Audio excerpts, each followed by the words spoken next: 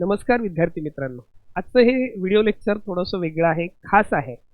जे विद्यार्थी SSC बोर्डाच्या इंग्रजी माध्यमाच्या 10व्या इयत्तेत शिकत आहेत, अशा विद्यार्थ्यांसाठी मराठी व्याकरण हा जो घटक आहे, हा थोडासा त्यांना कठीण वाटणारा असा घटक असतो आणि त्याच्यामुळे हे लेक्चर मी बनवत आहे. यामध्ये जे मराठी व्याकरण भाषा अभ्यासाचे जे सर्व घटक आहेत, त्या सर्व घटकाचे लेक्चर्स बनवले जातील आणि विद्यार्थ्यांनी हे सर्व लेक्चर पाहिल्यानंतर मला खात्री आहे की जे तुम्हाला 16 गुण आहेत त्या घटकासाठी, ते 16 पैकी 16 गुण तुम्हाला नक्की मिळतील. आजच्या लेक्चरमध्ये आपण वाक्यांचे प्रकार आणि वाक्य रूपांतर या दोन घटकांच्या बद्दल चर्चा करणार आहोत. वाक्यांचे प्रकार यामध्ये तुम्हाला दोन वाक्याचा प्रकार ओळखण्यासाठी दिली जातात. प्रत्येक बरोबर प्रश्नाला 1 गुण, अशा पद्धतीने 2 गुण हे वाक्यांच्या प्रकाराला असतात.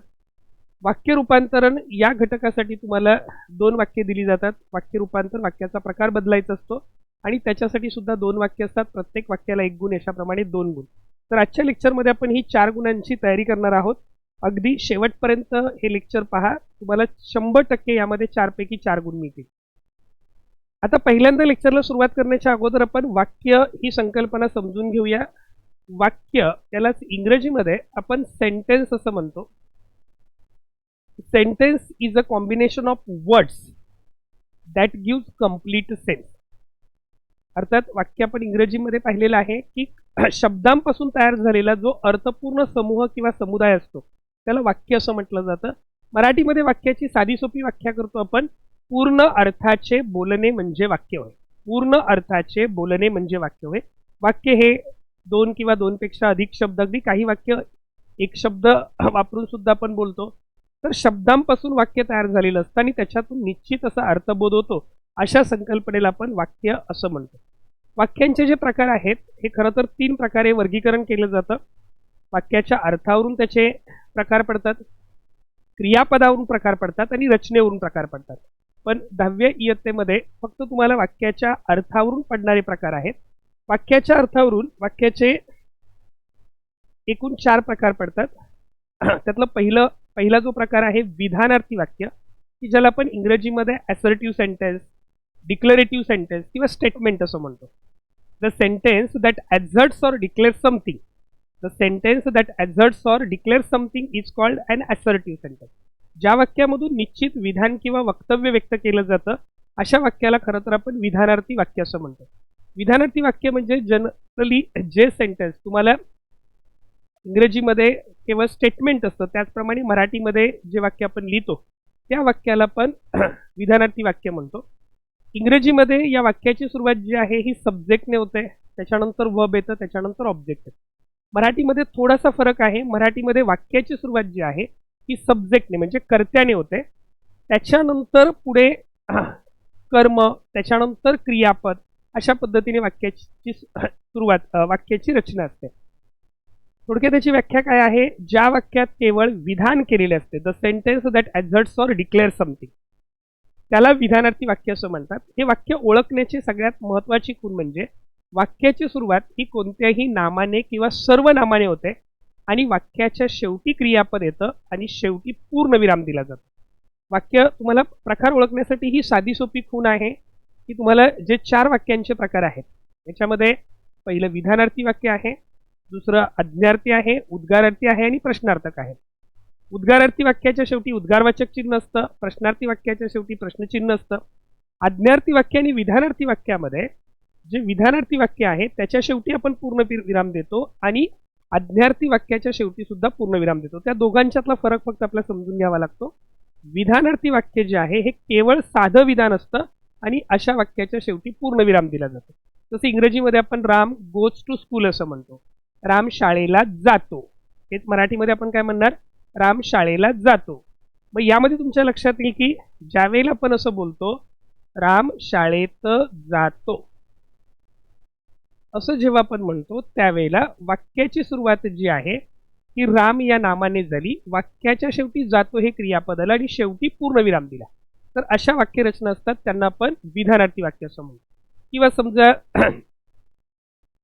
त्याने पत्र लिहिले, ही रोट द लेटर, हेच वाक्य आपण मराठीमध्ये ज्यावेळेला लिहितो त्याने पत्र लिहिले, तर इथे वाक्याची सुरुवात जी आहे ही सर्वनामाने झाली, शेवटी क्रियापद आलं, वाक्याच्या शेवटी आपण पूर्णविराम दिला.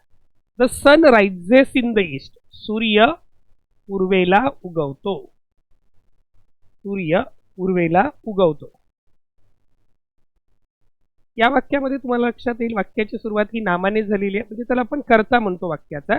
नामाने किंवा सर्वनामाने होते. शेवटी क्रियापद आणि वाक्य संपल्यावर पूर्णविराम देतो, तर याला आपण विधानार्थी वाक्य असं म्हणतो. तर विधानार्थी वाक्य कसं ओळखायचं लक्षात आलेलं आहे. आतापर्यंत तुम्हाला परीक्षेला जे प्रश्न विचारलेत बघा, प्रवासात भरभरून बोलावे.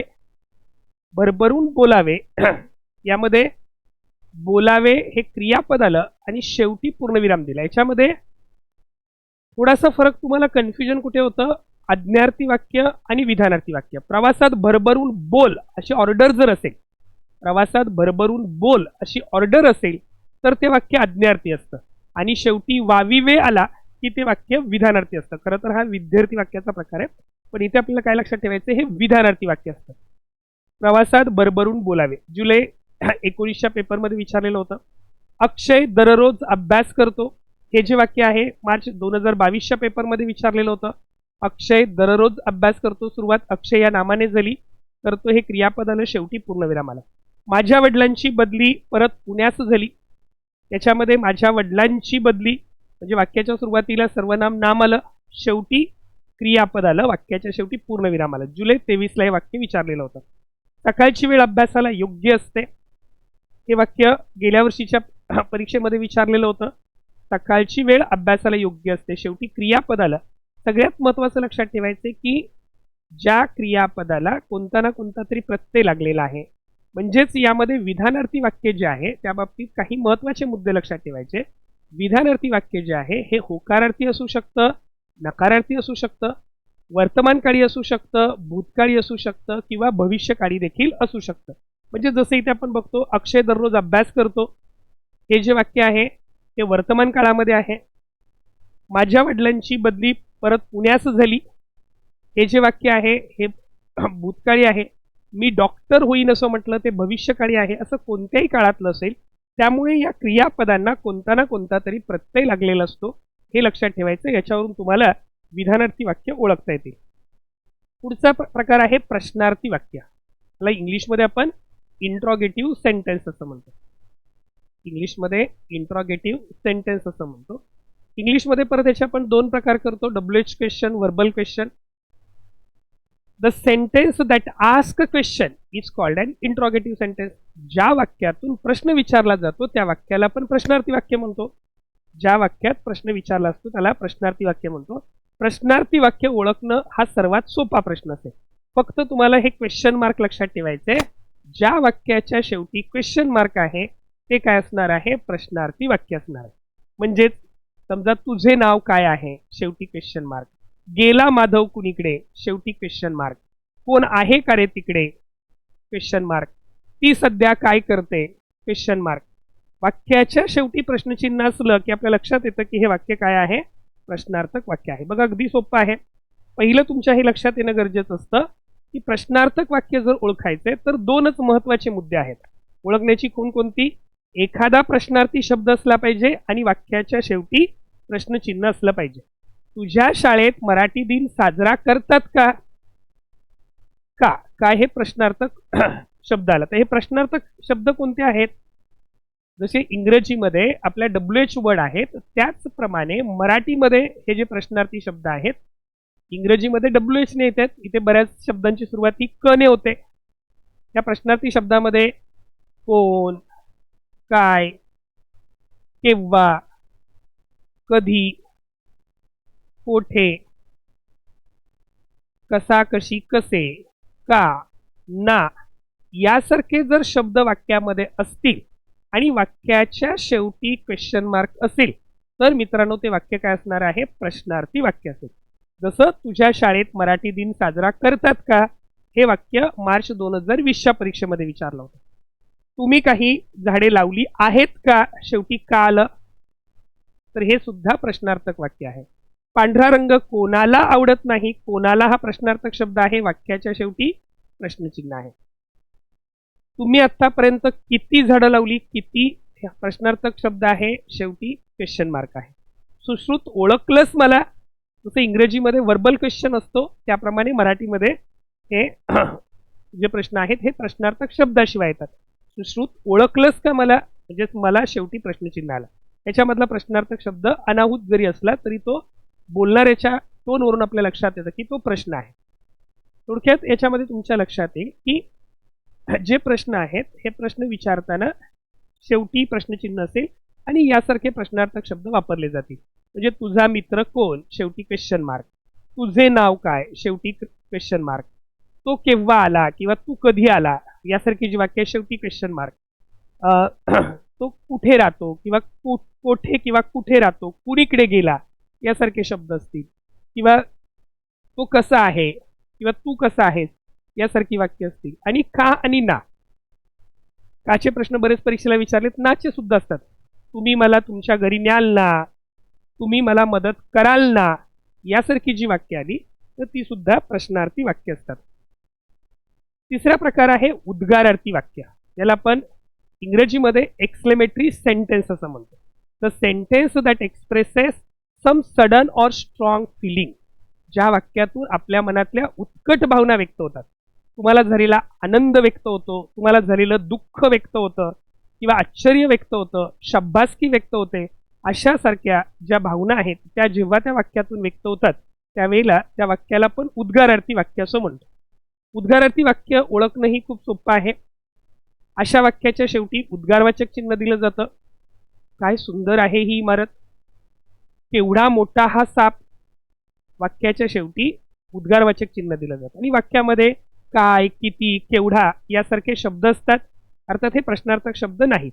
काय, किती, केवढा यासारखे शब्द असतात. म्हणजे जसे प्रश्नार्थक वाक्यात असतात तसेच असतात.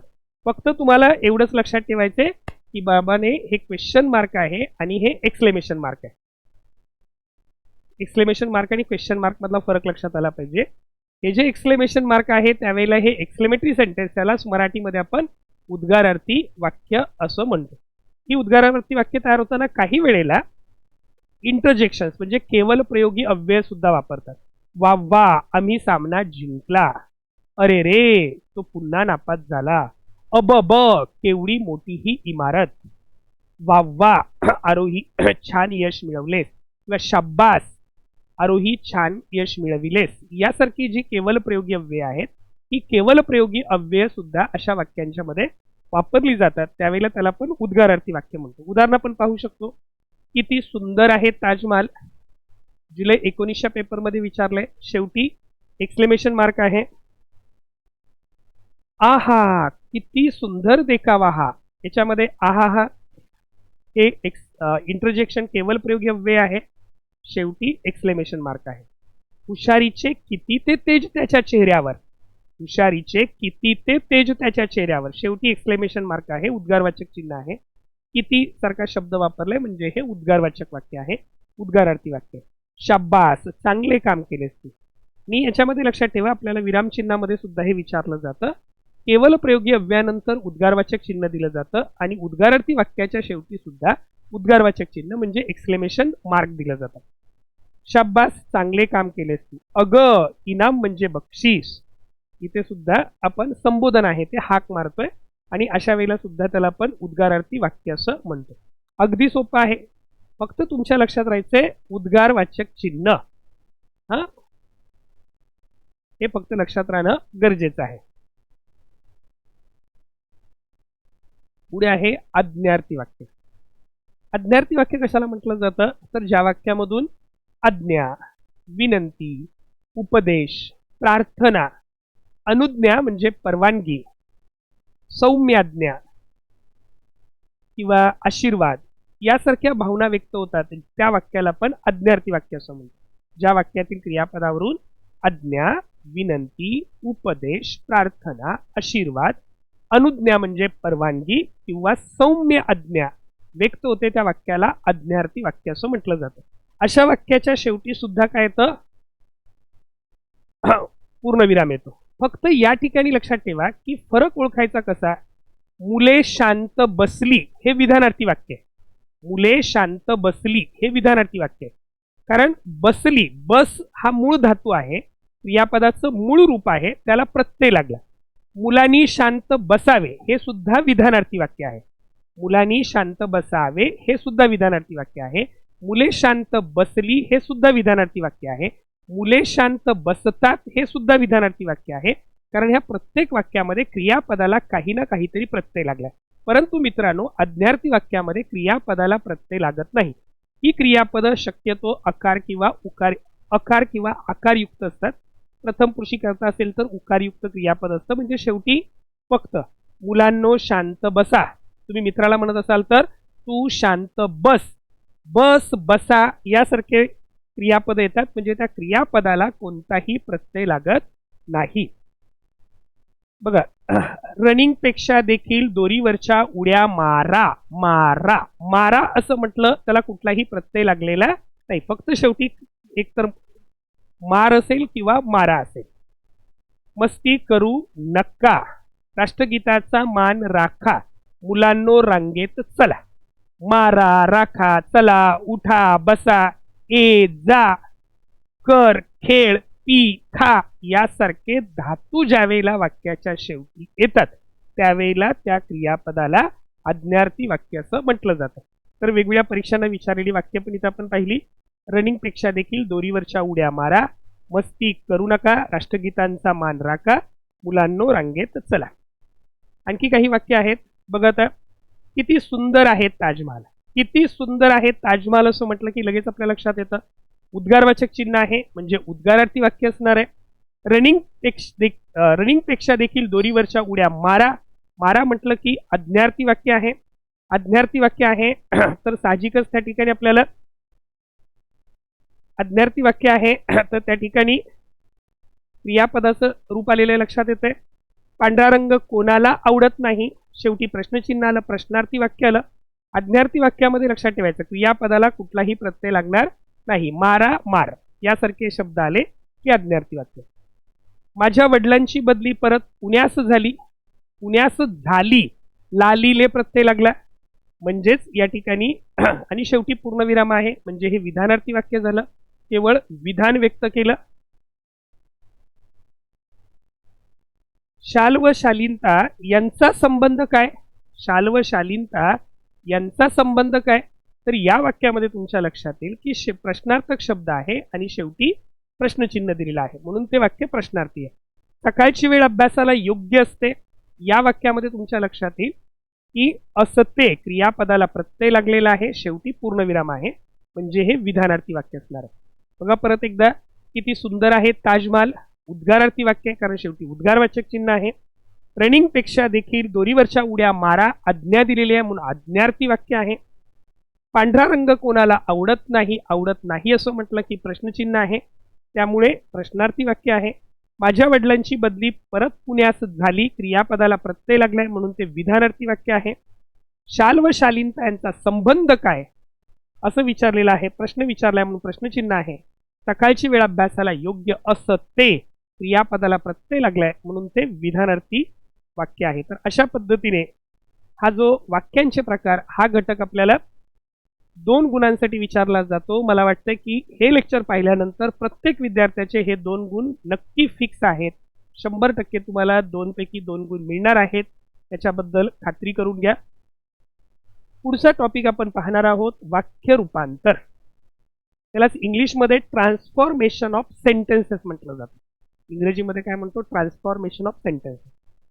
ट्रान्सफॉर्मेशन ऑफ सेंटेन्सेस मध्ये सगळ्यात महत्त्वाचं, you have to change the structure of the sentence but not the meaning of the sentence.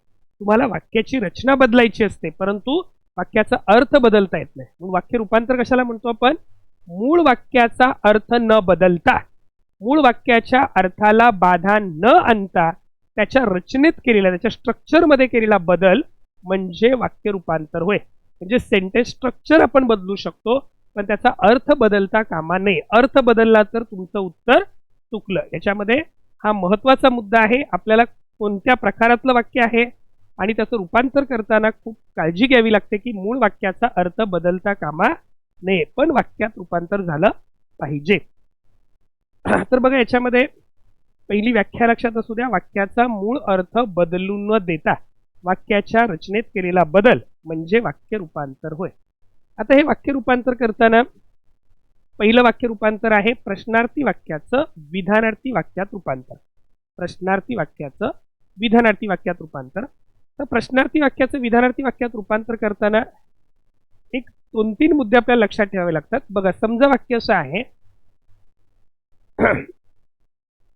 देवापेक्षा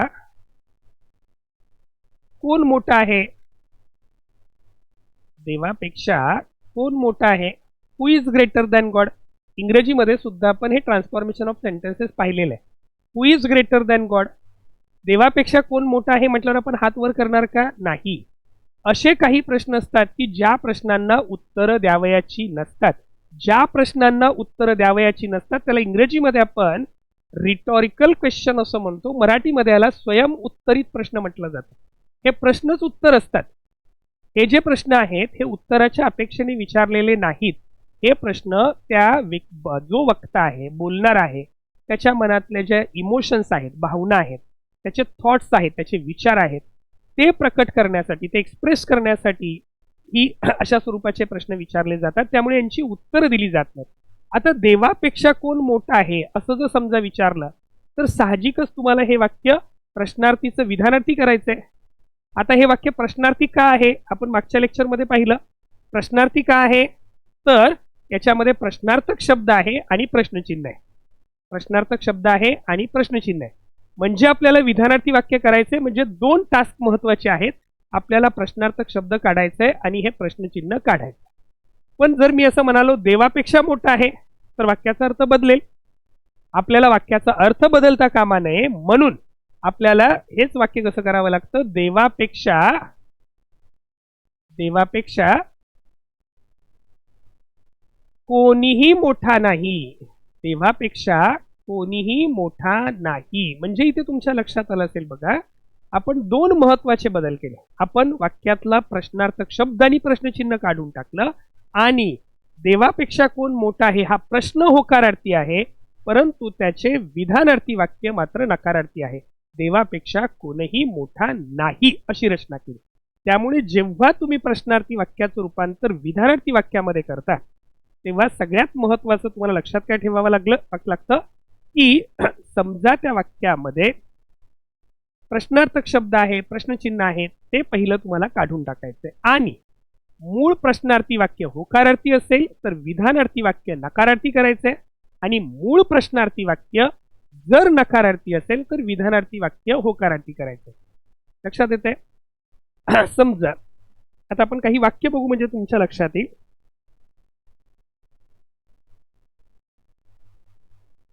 जगात सर्वसुखी असा कोण आहे? जगी सर्वसुखी असा कोण आहे असं ज्यावेळेला आपण विचारतो त्याला बोलणाऱ्याला काय सांगायचंय? जगी सर्वसुखी असा कोणही नाही. जगी सर्वसुखी असा कोणही नाही. कोण आहे? तर पहिला आपण काय केलं? एक प्रश्नचिन्ह काढून टाकलं. कोणचं कोणीही असं केलं आणि आहेचं रूपांतर नाही असं केलं. जगात सर्वसुखी असा कोणीही नाही. अपमान केल्यास कोणाला राग येत नाही? अपमान केल्यास कोणाला राग येत नाही. मग याच्यातला प्रश्नार्थक शब्द कोणाला हे प्रश्नचिन्ह आपण काढून टाकणार आहे आणि अपमान केल्यास प्रत्येकाला राग येतो. प्रश्न नकारार्थी आहे तर विधानार्थी वाक्य हे होकारार्थी असलं पाहिजे. अपमान केल्यास प्रत्येकाला राग येतो. हापूस आंबा कोणाला आवडत नाही? हापूस आंबा प्रत्येकाला आवडतो. रात्री स्मशानात जायला कोण घाबरत नाही? रात्री स्मशानात जायला सगळेच घाबरतात. अशा पद्धतीच्या ज्या रचना केल्या तर त्याला आपण काय म्हणतो? विधानार्थी वाक्य असं म्हणतो. आपण आणखी उदाहरणं घेणार आहोत जी आतापर्यंत बोर्ड परीक्षेमध्ये विचारलेली आहेत. फक्त पहिल्यांदा ही संकल्पना तुमच्या सर्वांच्या लक्षात येणं गरजेचं आहे. तर प्रश्नार्थी वाक्याचं रूपांतर आपण विधानार्थी वाक्यात करतो. व्हाईस वर्सा हे तुम्हाला विधानार्थीचं प्रश्नार्थक सुद्धा करता आलं पाहिजे. जगात सर्वसुखी असा कोणी नाही म्हणजे जगात सर्वसुखी असा कोण आहे असा प्रश्न तयार करता आला पाहिजे. पण आपल्याला विचारताना प्रश्नार्थी वाक्याचं रूपांतर विधानार्थी वाक्यात विचारलं जातं. तसंच उद्गारार्थी वाक्याचं रूपांतर विधानार्थी वाक्यात विचारलं जातं. उद्गारार्थी वाक्याचं आता उद्गारार्थी वाक्य कशाला म्हणतोय? तर ज्या वाक्यातून उत्कट भावना व्यक्त होतात, ज्या वाक्यातून उत्कट भावना व्यक्त होतात त्या वाक्याला पण उद्गारार्थी वाक्य असं म्हणतो. त्याच्यामध्ये काय, किती, केवढे यासारखे शब्द असतात आणि शेवटी उद्गारवाचक चिन्ह असतं. साहजिकच याचं विधानार्थी वाक्यात रूपांतर करायचे म्हटल्यावर तुम्हाला उद्गारवाचक चिन्ह काढावं लागेल, त्याच्याऐवजी शेवटी पूर्णविराम द्यावा लागेल. त्याचबरोबर काय किती केवढे यासारखे शब्द वाक्यातले काढून टाकावे लागतील. आता जर समजा आपण पाहिलं काय किती केवढे म्हणजे समजा हा किती सुंदर ताजमहाल, तर पहिलं तुम्हाला उद्गारवाचक चिन्ह काढायचे, केवळ प्रयोगी अव्यय काढायचे हा, आणि वाक्याची रचना ही विधानार्थी वाक्याप्रमाणे करायचे. म्हणजे विधानार्थी वाक्याच्या सुरुवातीला नाम येतं, त्यामुळे तिथे ताजमहाल हा शब्द आपण वापरला. किती काय केवढे यासारखे जर शब्द काढले तर आपल्याला खूप अतिशय जास्त भरपूर यासारखे शब्द आपल्याला वापरावे लागतात. आणि त्याच्याप्रमाणे बघा जसं हे वाक्य आपण पाहिलं हा किती सुंदर ताजमहाल, म्हणजे हा ताजमहाल अतिशय सुंदर आहे. जसं इंग्रजीमध्ये आपण करतो what a clever boy he is a very clever boy, how lucky I am very lucky. त्याप्रमाणेच ह्या रचना मराठीमध्ये आपल्याला करायचे. बघा किती सुंदर आहे ताजमहाल, तर आपण काय म्हणणार ताजमहाल खूप सुंदर आहे. केवढी भीषण आग होती ती आग भीषण होती. म्हणजे यामध्ये तुमच्या लक्षात येईल आपण काय करतोय, पहिला महत्वाचा मुद्दा उद्गारवाचक चिन्हाच्या ऐवजी तुम्हाला पूर्णविराम द्यायचा आहे. उद्गारवाचक चिन्हाच्या ऐवजी तुम्हाला पूर्णविराम द्यायचा आहे, एक्सक्लेमेशन मार्क काढायचं, फुल स्टॉप द्यायचं. त्याच्यानंतर काय किती केवढे यासारखे शब्द काढायचे, त्याच्याऐवजी अतिशय खूप भरपूर यासारखे शब्द वापरायचे. ह्या दोनच गोष्टी लक्षात ठेवल्या तरी सुद्धा तुम्हाला कोणत्याही प्रकारच्या वाक्याचं रूपांतर हे विधानार्थी वाक्यात करता येईल. बघा किती सुंदर आहे ताजमहाल, ताजमहाल खूप सुंदर आहे. केवढी भीषण आग होती ती आग अतिशय भीषण होती, अशा पद्धतीने करता येईल. किंवा काय छान खेळला सचिन आज, म्हणजे सचिन आज खूप छान खेळला. केवढी गर्दी होती ती गर्दी अतिशय जास्त होती. किंवा अबब केवढा मोठा हा साप अतिशय मोठा आहे. अशा पद्धतीच्या ज्या वाक्यरचना केल्या जातात त्याला आपण विधानार्थी वाक्य म्हणतो. पण मुद्दे सर्वांना समजलेत. शेवटच्या उद्गारवाचक चिन्हाऐवजी पूर्णविराम असला पाहिजे. वाक्यात काय किती केवढे सारखे शब्द काढून अतिशय खूप भरपूर यासारखे शब्द वापरावे लागतात. आणि वाक्याची सुरुवात ही नामाने किंवा सर्वनामाने करावी लागते. शेवटी क्रियापद येतात. किती सुंदर आहे ताजमहाल, तर ताजमहालने सुरुवात केली, कितीच्या ऐवजी आपण खूप वापरला. तुम्ही इंग्रजीमधल्या वाक्यरचना लक्षात ठेवल्या की तुम्हाला समजेल. बघा इंग्रजीमध्ये आपण कसं म्हणतो, हाऊ ब्युटिफुल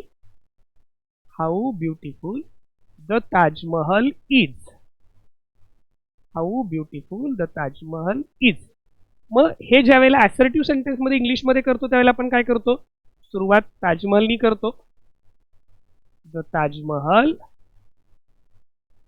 परत वर्ब वापरतो इज व्हेरी ब्युटिफुल, असं आपण असर्टिव्ह सेंटेन्स करतो. अगदी तसंच मराठीमध्ये सुद्धा आहे. किती सुंदर आहे ताजमहल, सुरुवात ताजमहलने करायची, त्याच्यानंतर कितीच्या ऐवजी जसं इंग्रजीमध्ये व्हेरी वापरतो तसं मराठीमध्ये खूप वापरायचं. ताजमहल खूप सुंदर आहे. फक्त मराठीमध्ये नाम अगोदर येईल आणि क्रियापद शेवटी येईल, शेवटी पूर्णविराम दिला जाईल. केवढी भीषण आग होती ती आग म्हणून वाक्याची सुरुवात ती आगने केली. केवढी बद्दल अतिशय वापरलं, ती आग अतिशय भीषण होती. अशा पद्धतीच्या रचना ज्या आहेत त्यांना आपण विधानार्थी वाक्य म्हणतो. त्याच्यानंतर आज्ञार्थी वाक्याचं विधानार्थी वाक्यात रूपांतर करायचे. हा भाग अतिशय सोपा असतो, अतिशय सोपा. म्हणजे बघा या ठिकाणी विधानार्थी वाक्य ज्यावेळेला आज्ञार्थी वाक्याचं विधानार्थी वाक्यात रूपांतर करतो तेव्हा त्या क्रियापदाला फक्त वावी वे प्रत्यय लावावे लागतात. आज्ञार्थी वाक्यात आज्ञा विनंती उपदेश असते, तर विधानार्थी वाक्यामध्ये एक साधं विधान करायचं असतं. म्हणजे तू दररोज नियमित अभ्यास कर, ही आज्ञा झाली. नियमित अभ्यास कर, मुलांनो नियमित अभ्यास करा. तुम्ही शाळेत जा, मुलांनो शांत बसा, बस बसा यासारखे जर क्रियापद आली तर ते आज्ञार्थी वाक्य. आणि विधानार्थी वाक्य करताना तू दररोज नियमित अभ्यास कर म्हणजे तू दररोज नियमित अभ्यास करावा. करचं रूपांतर काय केलं आपण, करावा असं केलं. आई वडिलांची काळजी घे, आई वडिलांची काळजी घ्यावी. दररोज शाळेत जा, दररोज शाळेत जावे. थोर पुरुषांचा आदर करावा. थोर पुरुषांचा आदर करावा. शेवटी वाविवे जोडलं की हे वाक्य विधानार्थी होणार आहे. वाक्याचा अर्थ बदलू नये म्हणून हे झालं. पुढे होकारार्थीचं नकारार्थी. आता होकारार्थी जे आहे याला पण इंग्रजीमध्ये अफर्मेटिव्ह सेंटेन्स असं म्हणतो. नकारार्थी जे आहे त्याला पण इंग्रजीमध्ये निगेटिव्ह सेंटेन्स असं म्हणतो. इथे सुद्धा सगळ्यात महत्वाचं, जर होकारार्थीचं नकारार्थी करायचंय तर तुम्हाला वाक्यात असणारे जे शब्द आहे त्याच्या विरुद्धार्थी शब्द वापरून नकारार्थी शब्द वापरावा लागतो. म्हणजे उदाहरणार्थ तो गैरहजर आहे. तो गैरहजर आहे याचं नकारार्थी करायचंय तर गैरहजरच्या विरुद्धार्थी शब्द काय असणार आहे? हजर. तो हजर नाही. माझा मित्र प्रामाणिक नाही. माझा मित्र अप्रामाणिक आहे. प्रामाणिकच्या विरुद्धार्थी शब्द आपण अप्रामाणिक वापरला. लक्षात येत आहे? समजा तो तिथेच थांबला. तो तिथेच थांबला म्हणजे तो पुढे गेला नाही. अशा पद्धतीच्या ज्या रचना करतो त्याला नेहमी खरे बोलावे, कधीही खोटे बोलू नये. तर ह्या सर्व वाक्यांच्या मध्ये तुमच्या लक्षात येईल, ज्यावेळेला आपण होकारार्थी वाक्याचं रूपांतर नकारार्थी वाक्यात करतो त्यावेळेला आपल्याला विरुद्धार्थी शब्दांचा वापर करावा लागतो. कारण वाक्याचा अर्थ बदलला नाही पाहिजे. तो गैरहजर आहे म्हणजे तो हजर नाही. विद्यार्थी अप्रामाणिक आहे म्हणजे विद्यार्थी प्रामाणिक नाही. लक्षात येते? अर्थ बदलू नये म्हणून आपण विरुद्धार्थी शब्दांचा वापर करतो. वाक्याचा अर्थ बदलू नये म्हणून विरुद्धार्थी शब्दाचा वापर करता. होकारार्थी शब्दाच्या जागी विरुद्धार्थी शब्द लिहून ते वाक्य नकारार्थी करायचं. नकारार्थी करायचे म्हणजे नको, नाही, नवे, न लगे यासारखे नकारार्थी शब्द वापरतो. बघा, ही कल्पना चांगली आहे. आता ही कल्पना चांगली आहे, चांगली त्याचा विरुद्धार्थी शब्द काय? वाईट लिहिला. आहेच नकारार्थी काय केलं? नाही केलं. तो परीक्षेत उत्तीर्ण झाला, मग उत्तीर्णचा विरुद्धार्थी शब्द अनुत्तीर्ण आणि झालाचं झाला नाही असं केलं. मला तुझे बोलणे आठवते. आठवते म्हणजेच मला तुझे बोलणे आठवण्याच्या विरुद्ध विसरणे, विसरत नाही. अर्थात इथे वाक्यरचना करताना मी तुझे बोलणे विसरत नाही. मला तुझे बोलणे विसरत नाही पेक्षा मी तुझे बोलणे विसरत नाही. म्हणजेच काय करतोय आपण? विरुद्धार्थी शब्द वापरतोय आणि आहेचं रूपांतर नाही मध्ये करतोय. म्हणजे यामध्ये तुमच्या लक्षात येत आहे की ज्यावेळेला तुम्ही वाक्य रूपांतर करताय, वाक्य रूपांतराची सगळ्यात महत्वाची कन्सेप्ट म्हणजे मूळ वाक्याच्या अर्थाला बाधा न आणता रचनेत केलेला बदल म्हणजे वाक्य रूपांतर होय. आणि त्यामुळे त्या वाक्याचा अर्थ जपावा लागतोय. वाक्याचा अर्थ जपायचा म्हणजे मूळ वाक्याचा अर्थ बदलता कामा नये. विरुद्धार्थी शब्दांचा वापर आपल्याला शिकला पाहिजे. विरुद्धार्थी शब्द वापरता आले पाहिजेत. जसं श्रीमंतचं गरीब, हजरचं गैरहजर, शक्यचं अशक्य, चांगलाचं वाईट, सत्याचं असत्य, न्यायचं अन्याय, बरेचं वाईट, खरेचं खोटे यासारखे जे विरुद्धार्थी शब्द आहेत हे विरुद्धार्थी शब्द आपल्याला वापरता आले पाहिजेत. आणि इथे लक्षात ठेवायचे काय की समजा तुम्ही उद्गारवाचक चिन्ह आहे तर ते उद्गारार्थी वाक्य आहे. विधानार्थी वाक्य आहे तर शेवटी पूर्णविराम द्यायचा आहे. आज्ञार्थी वाक्य आहे शेवटी पूर्णविराम द्यायचा आहे. प्रश्नार्थी वाक्य आहे प्रश्नविराम चिन्ह द्यायचे. इथे तुम्हाला लक्षात काय ठेवावं लागेल? उद्गारवाचक चिन्ह काढून तुम्ही पूर्णविराम द्यायला विसरलं नाही पाहिजे ज्यावेळेला तुम्ही उद्गारार्थी वाक्याचं रूपांतर विधानार्थी वाक्यात करताय. प्रश्नार्थी वाक्याचं रूपांतर विधानार्थी वाक्यात करताय, प्रश्नचिन्ह काढून शेवटी पूर्णविराम द्यायला विसरायचं नाही. शेवटी पूर्णविराम नसेल तर तुमचे गुण जाऊ शकतात. त्यामुळे शेवटी न विसरता पूर्णविराम देणं आवश्यक आहे. तर अशा पद्धतीने आपण हे वाक्य रूपांतर कसं केलं हे पाहिलं. आता आपण आतापर्यंत बोर्डाच्या परीक्षेमध्ये जे जे प्रश्न विचारले ते पाहूया. आहा किती सुंदर देखावा. पहिली गोष्ट तुम्हाला हे केवल प्रयोगी अव्यय काढून टाकायचंय. किती सुंदर देखावा हा म्हणजेच हा देखावा अतिशय सुंदर आहे. पहिलं वाक्याची सुरुवात नामाने करायची म्हणजे हा देखावा. अतिशय वापरा, खूप वापरा, फार वापरा. अतिशय सुंदर आहे, खूप सुंदर आहे अशी जी वाक्यरचना आहे ती तुमची विधानार्थी वाक्यरचना होईल. विरुद्धार्थी शब्द लक्षात असू द्या. समजा सुंदर कुरूप, ती कुरूप नाही म्हणजे सुंदर आहे. समजा रेखा मावशीचे पाय घाणेरडे नाहीत म्हणजे स्वच्छ आहेत. तो परीक्षेत अनुत्तीर्ण झाला नाही म्हणजेच तो परीक्षेत उत्तीर्ण झाला. मन अशांत नव्हते म्हणजे शांत होते. विरुद्धार्थी शब्द असले की आपल्याला पटकन वाक्य रूपांतर करता येते. आता हे परीक्षेला विचारलेले आतापर्यंतचे प्रश्न आहेत. आपण या ठिकाणी कंसात दिलेल्या प्रकारामध्ये आपल्याला वाक्याचं रूपांतर करायचं आहे. बघा, पहिलं वाक्य आहे दररोज अभ्यास करावा. आज्ञार्थी वाक्य करायचं. तर आज्ञार्थी वाक्य करायचे म्हणजे हा शेवटचा वाविवे काढावा लागतो. दररोज अभ्यास कर. दररोज अभ्यास कर. कर म्हटलं की ते काय झालं? दररोज अभ्यास कर किंवा दररोज अभ्यास करा. दररोज अभ्यास कर किंवा दररोज अभ्यास करा. अनेकांना सांगत असाल तर काय म्हणाल? दररोज अभ्यास करा. मित्राला एकाच सांगत असाल तर दररोज अभ्यास कर. मला हे चित्र नापसंत नाही. मला हे चित्र नापसंत नाही. आता तुम्हाला होकारार्थी करायचे. होकारार्थी करायचंय म्हणजे तुम्हाला नाही काढून टाकायचंय. पण नाही काढून टाकण्यासाठी तुम्हाला काय करावं लागेल? नापसंतचा विरुद्धार्थी शब्द वापरावा लागेल. मला हे चित्र पसंत नाही. मला हे चित्र, तरी आपल्याला होकारार्थी करायचे. नापसंत नाही म्हणजे मला हे चित्र पसंत आहे म्हणजे ते होकारार्थी आहे. नेहमी खरे बोलावे. नकारार्थी करायचे. नेहमी खरे बोलावे. नेहमीच्या विरुद्धार्थी शब्द कधीही. खरेच्या विरुद्धार्थी शब्द खोटे. आणि बोलावे च रूप जे आहे हे होतं बोलू नये. हे वाक्य पाठ करा. हे वाक्य जास्त परीक्षेला विचारण्याची शक्यता आहे. यावर्षी परत हे वाक्य विचारलं जाऊ शकतं. नेहमी खरे बोलावे, कधीही खोटे बोलू नये. Always speak the truth, never tell a lie or lies. पांढरा रंग कोणाला आवडत नाही? पांढरा रंग कोणाला आवडत नाही? प्रश्नार्थक वाक्य आहे. याचं विधानार्थी वाक्य करायचंय. तर पांढरा रंग सर्वांनाच आवडतो. पांढरा रंग सर्वांनाच आवडतो किंवा प्रत्येकाला आवडतो. सर्वांना किंवा प्रत्येकाला वापरा. पांढरा रंग सर्वांनाच आवडतो. पहिली गोष्ट, वाक्याचं प्रश्नचिन्ह काढाल, शेवटी पूर्णविराम द्याल. बरोबर. आणि नाहीच्या ऐवजी वाक्य होकारार्थी वापराल. आवडत नाहीच्या ऐवजी आवडतो. पांढरा रंग सर्वांनाच आवडतो. पुढचे प्रश्न 2023 आहेत. मन अशांत नव्हते. मन अशांत नव्हते म्हणजेच अशांतच्या विरुद्धार्थी शब्द शांत. होकारार्थी करायचे. नव्हतेच होते. मन शांत होते.